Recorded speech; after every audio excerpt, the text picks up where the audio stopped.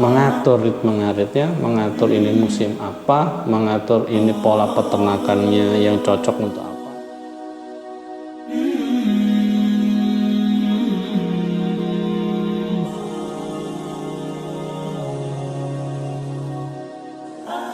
Itu berkurang, dan itu kalau dalam skala besar peternakan kita akan menyulitkan.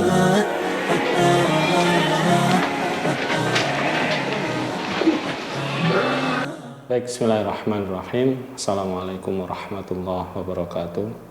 Alhamdulillahirabbil alamin, wassalatu wassalamu ala asrofil anbiya'i wal mursalin wa ala alihi washabihi ajmain. Rabbi shrah li sadri wa yassir li amri wahlul 'uqdatam min lisani yafqahu qawli. Amma ba'du. Masyaallah, sahabat peternak yang dirahmati oleh Allah. Kembali bertemu dengan saya Tri Adi Wijaya sebagai CEO dari Ayu Kurban Indonesia. Hari ini lanjutan dari episode yang satu kemarin, kita sudah di episode yang kedua. Kita akan bahas detail tentang pakan. Ya, setelah kemarin kita sudah banyak memukadimai tentang apa yang harus kita sediakan terlebih dahulu untuk kita kalau kita mau mulai peternakan itu apa sebaiknya kita sediakan terlebih dahulu, apakah hewan ternaknya, apakah kandangnya, atau pakan. Dan kesimpulan yang dari pertemuan yang lalu adalah pakan harus kita siapkan lebih dahulu. Alasan dan macam-macam itu sudah kita sampaikan. Kemudian yang hari ini yang akan coba kita diskusikan detail adalah tentang pakan itu sendiri, karena sumber pakan ini ada bermacam-macam ya. Ada sumber pakan yang bentuknya hijauan seger gitu ya. Ada bentuknya adalah keringan, pakan kering gitu ya.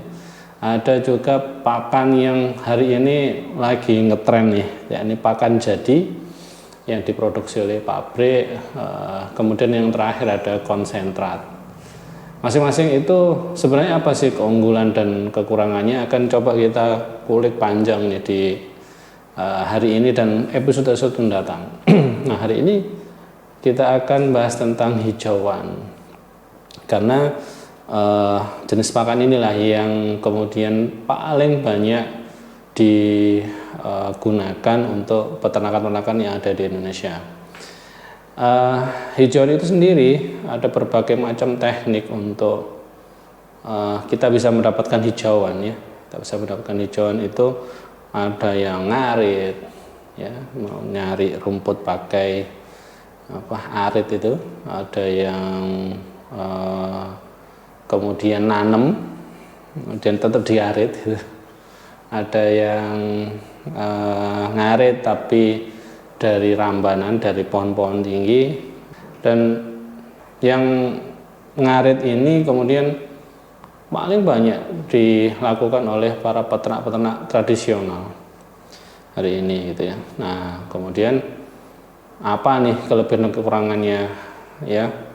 Kalau ngarit itu kelebihannya, rumput yang dibuat pakan itu biasanya tidak ada nilainya, tidak berharga lah gitu, atau 0 rupiah pakan. Nah, itu bisa dicapai dari ngarit ini. Tapi sesungguhnya nggak 0 rupiah ya, tidak 0 rupiah, tapi sesungguhnya biaya rumput itu adalah biaya untuk ngarit ya. Jadi tenaga kerja, kemudian alat-alat yang ada di situ sebenarnya muncul tuh biaya di situ. Tapi karena biasanya peternak tradisional itu di desa, sehingga kemudian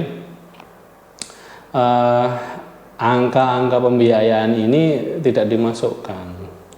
Ya tentunya kalau ngarit kan banyak ya rumput-rumput yang ada di desa itu. Kalau di kota ini teknik ini agak susah mungkin ya diterapkan gitu, karena lahan makin sempit itu ya, bahan-bahan yang akan di-rate juga terbatas gitu. yang kemudian ini akan menyulitkan nanti kalau kita memilih teknik sumber pakan dengan mengarit.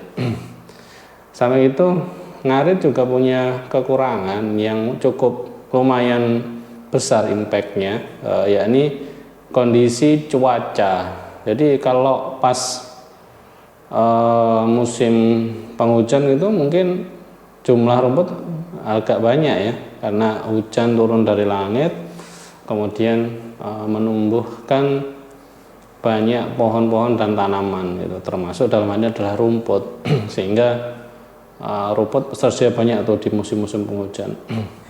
Namun kalau pas musim kering ya agak susah lah ya nyari rumput itu di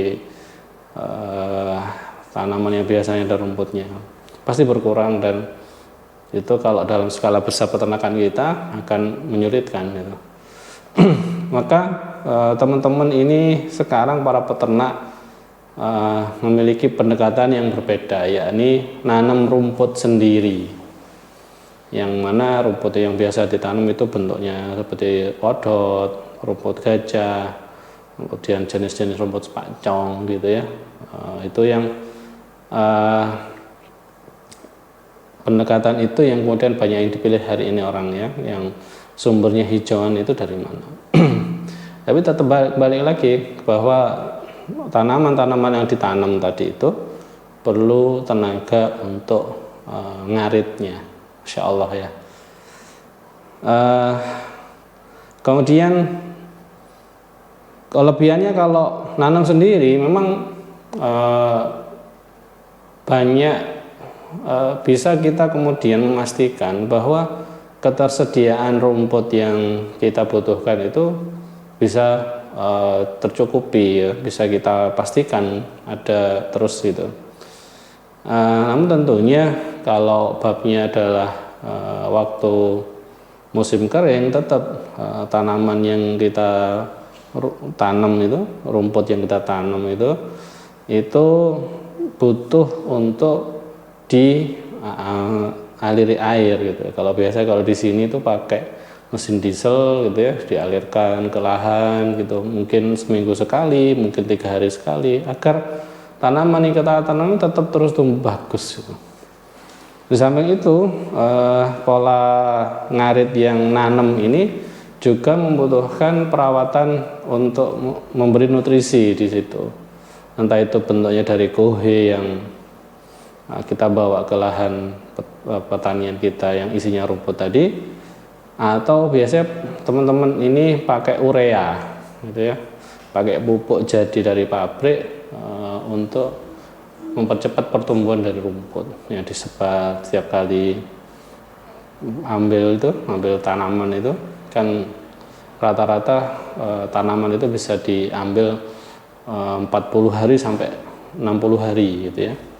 Itu setiap kali nyiangi itu dikasih pupuk tambahan agar memastikan bahwa nutrisi yang dibutuhkan oleh tanaman rumput kita itu bisa terus tercukupi.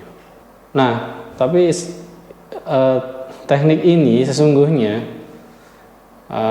juga ada kelebihannya. Jadi setahu kami kalau teknik ngarit ini dalam fikih syariat Islam itu tidak mendapat beban zakat, karena domba itu kita kasih makan yang dia tidak perlu berupaya untuk jalan untuk menuju ke makanannya, jadi sudah tersedia di situ terus gitu. Maka syariat mengatur bahwa yang pola peternakan seperti ini, meskipun sudah nisabnya domba itu misalnya 40 ekor, itu tidak terbebani oleh kewajiban berzakat setiap tahun. Jadi menarik ya, karena satu nisab itu kan 1 ekor. Nisabnya dihitung berdasarkan jumlah domba dewasa. Ya, 40 ekor. Kalau pola makan adalah pola ngarit, maka tidak mendapat beban zakat. Hampir sama dengan zakat pertanian. Kalau pertaniannya itu sumber airnya dari hujan, maka zakatnya 10%. Kalau sumber airnya dari upaya petani yang mungkin pakai mesin diesel gitu ya, mungkin pakai pengairan gitu ya, itu maka zakatnya hanya 5%. Nah, itu sama, hampir sama mirip dengan perlakuan di peternakan ini. Jadi kalau sekali lagi saya senyapangnya saya tahu, pola ngarit rumput ini untuk sumber makanan ternak itu akhirnya membuat beban zakatnya jadi tidak ada. Itu beberapa kelebihan dan kekurangan teknik merumput ngarit gitu ya. Insya Allah ini banyak dilakukan oleh teman-teman tradisional yang masih peternak tradisional. Ya jumlah, kalau biasanya di tempat kami satu orang itu yang setiap hari ngarit itu ada yang mampu sampai 60-70 ekor. Ya itu masih mudah lah orangnya gitu. Tapi kalau sudah sepuh ya turun dari itu, mungkin separuhnya, paling maksimal 30 ekor gitu ya, domba yang dipelihara di rumah gitu. Ya memang ini kaitannya dengan skala peternakan kita itu mau sebesar apa, itu yang harusnya kita ukur gitu ya, harusnya kita ukur di awal. Kalau masih mencoba gitu ya, masih latihan, belajar, saya mulai dulu lah, karena tahu bahwa peternakan ini membawa barokah, coba di rumah melihara 5 ekor, 1 jantan 4 betina, atau 1 jantan 9 betina, jadi 10 ekor gitu ya. Maka pola ngarit ini bisa dicoba gitu. Bisa dicoba.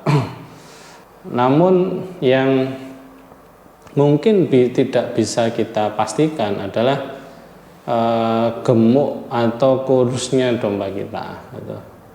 Karena begitu hanya rumput yang kita kasih, dan itu sifatnya bisa jadi ya, sifatnya adalah rumputnya jenis itu terus ya, maka nutrisinya kurang sebenarnya ya, nutrisinya kurang, sehingga banyak yang kemudian ngarit ini karena nutrisinya kurang, seratnya besar tapi nilai karbohidrat, protein dan seterusnya kecil, maka ngarit ini sesungguhnya cocoknya untuk peternakan pola breeding ya, bukan pola fattening atau penggemukan gitu. Jadi kebutuhan nutrisi untuk indukan breeding memang lebih sedikit daripada pola penggemukan, peternakan penggemukan. Dan ini ngarit ini cenderung kalau dalam pola breeding itu cenderung bebas masalah. Saya tidak ngomong tidak ada masalah sama sekali, tidak, tapi cenderung bebas masalah. Masalah cuman mungkin malnutrisi gitu aja. Tapi masalah-masalah yang lain itu masalah yang tidak muncul di pola peternakan ngarit ini. Ya, contoh kalau di pola peternakan yang basisnya kita fermentasi gitu ya, jadi bahan baku pakan itu kita fermentasi, maka ada kemungkinan, ada resiko bahwa kalau kita polanya breeding, ada resiko pH-nya terlalu tinggi di bahan makanan itu, sehingga kemudian menyebabkan rahim sang induk bermasalah. Bisa jadi dari setelah 2 tahun dipelihara bisa jadi akan terjadi kemandulan gitu ya, karena rahimnya pH-nya terlalu tinggi terus gitu yang dimakan gitu. Tapi dalam pola ngarit ini, kalau untuk pola breeding itu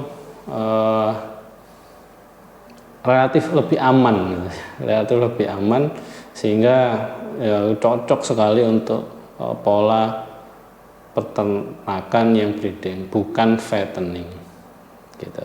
Banyak sekali ya sebenarnya faedah dari pola ngarit ini. Tentunya memang tidak untuk skala yang besar, cocok untuk breeding, gitu ya, nganakin domba, itu nganakin kambing gitu cocok. Dan bisa jadi ini juga cocok sekali bagi teman-teman yang mencoba beternak dengan memanfaatkan tumbuh-tumbuhan tinggi gitu ya. Jadi misalnya di daerah jenengan itu ada rumput tapi kadang nggak ada karena musimnya sudah jadi musim kering. Nah, ini bisa kita ganti dengan ngarit di pola tumbuhan tinggi, ramban itu ya. Ada banyak jenisnya, ada alam toro, ada glyrisidi, indigo vera dan seterusnya, itu yang bisa menjadi alternatif pakan ketika rumput tidak ada gitu. Jadi, dan Masya Allah, nilai protein dari tumbuh-tumbuhan tinggi ini lebih tinggi daripada kalau dari rumput gitu. Memang lebih tinggi ya. Kemudian nilai palatabilitasnya juga lebih tinggi.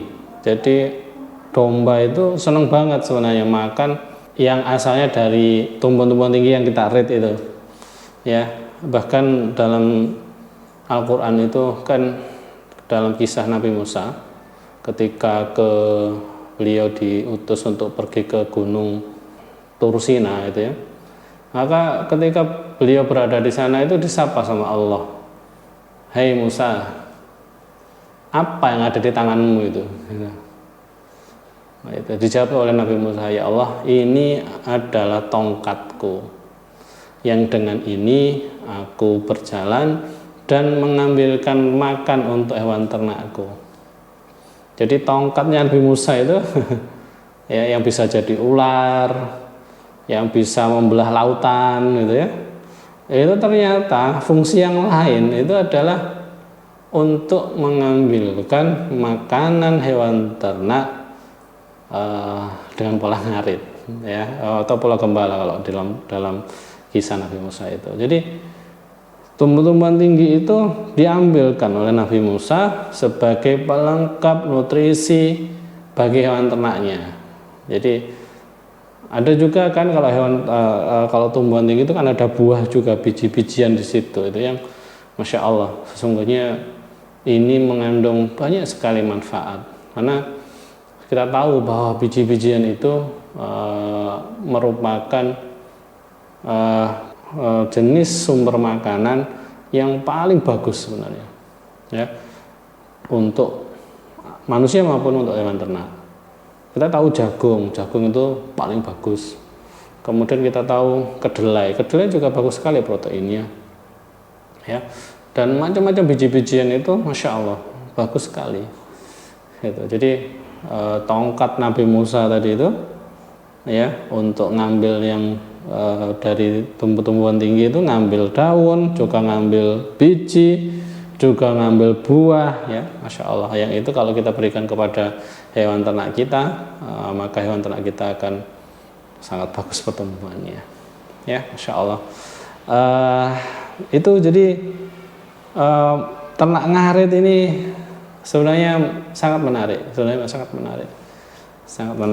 dan insya Allah kendala-kendala yang saya sampaikan tadi itu bisa kemudian kita atur ya sedemikian rupa, sehingga kalau kita memutuskan untuk peternakan kita adalah pola ngarit, maka kita bisa kemudian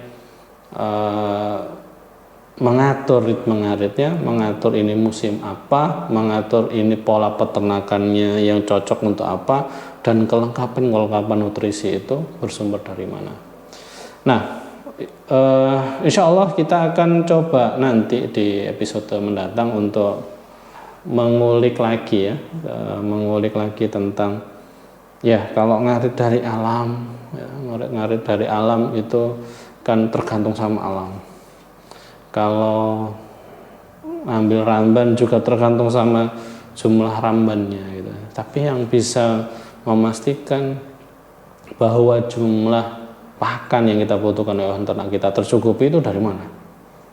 Ya, dengan pola ngarit ini. Nah, di episode mendatang kita akan bahas itu dalam episode nanti insya Allah tentang pola ngarit yang tanamannya kita tanam, atau pola ngarit yang tanamannya bisa jadi milik orang lain yang mungkin kita beli atau dikasihkan cuma-cuma, kan di sini banyak tuh, dan ini levelnya lebih di atas daripada yang mengandalkan dari sumber dari alam.